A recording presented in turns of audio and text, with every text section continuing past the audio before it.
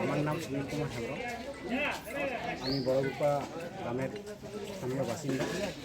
আজকে আমাদের যেটা জনজাতি গরিমা যে উৎসব ছিল 2026-22 তারিখ, খুব সুন্দরভাবে আমাদের আদিবাসী জনজাতিগুলো এসেছিল এবং যে আমাদের এই আলোচনার মধ্যে ছিল জব কার্ড আপডেট, তারপরে ওই আদিবাসীদের যে কী কী কাজকর্ম আগামী দিনে হবে সেসব লিপিবদ্ধ করা এবং তার সাথে সাথে হচ্ছে আমাদের মেডিকেল যে রয়েছে সেখানেও চলছে এবং পানীয় সম্পদে যে পশুদের যে চিকিৎসার জন্য যে হবে ওই ওনারাও আছেন।